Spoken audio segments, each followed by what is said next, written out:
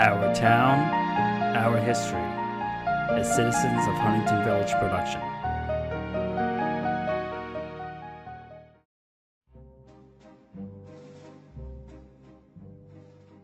Our town was founded in 1653, over 120 years before our country was even founded. Since then, its citizens have played a role in the fight against the British during the American Revolution, the defense against slavery during the Civil War, and has endured hundreds of years of change and conflict. In this episode, we revisit the infamous and brutal murder of Charles G. Kelsey, known as Kelsey's Outrage, which took place one fall night close to Heckscher Park in Huntington, New York on November 4th, 1872.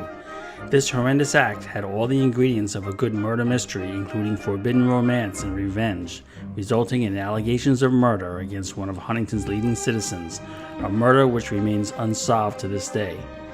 Join me as we explore the times and events which shaped our town and the lives of those in its history, the citizens of Huntington Village. It was a Sunday night on November 4th, 1872 at around 9 p.m. on the eve of Grant's victory over Horace Greeley.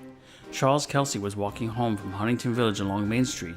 He had just attended a political rally and was passing the home of Julia Smith, to whom it was known he had a romantic interest.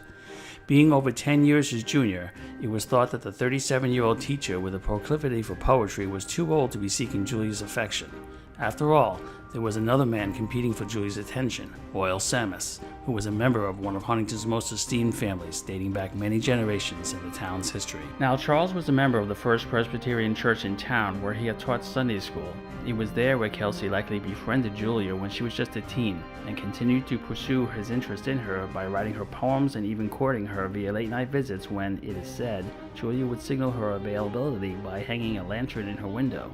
However, his efforts to further their relationship was hampered by Julia's grandmother, Mrs. Oakley, with whom Julia lived, as she was not of the opinion that Charles was a suitable match, primarily due to his age and her desire to see Julia marry Royal. As Charles came to the location of Spring Street and Platt Place, close to the present-day main entrance to Heckscher Park, which was a thimble factory at the time, a mob of local men attacked him and took him to a nearby barn where he was stripped of his clothing and a cruel punishment of tar and feathers was administered.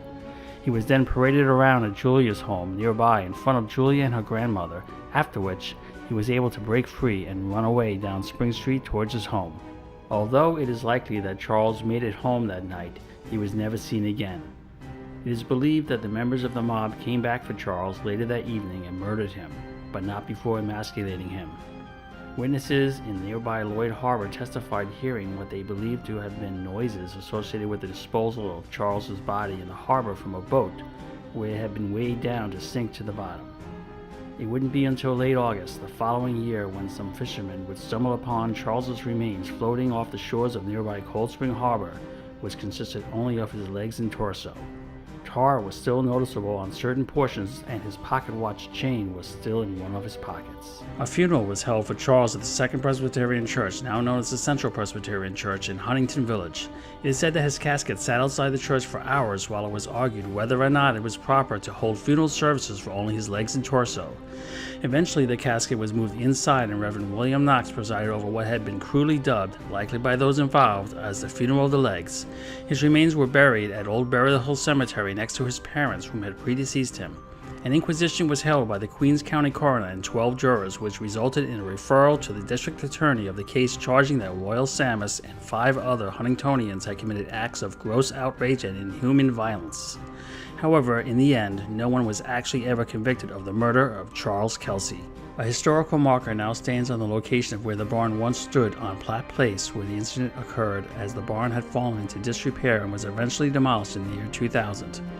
As for Royal and Julia, they were married in 1873 and relocated to New York City to escape the publicity surrounding Charles Kelsey's murder. They went on to raise 4 children together. Royal and Julia passed away in 1910 and 1925 respectively, and are buried in the Huntington Rural Cemetery located in their hometown of Huntington, where they will forever be remembered for their role in this gruesome event, forever known as the Kelsey Outrage. Thank you for watching. Look for other videos like this one on our Facebook group, Citizens of Huntington Village.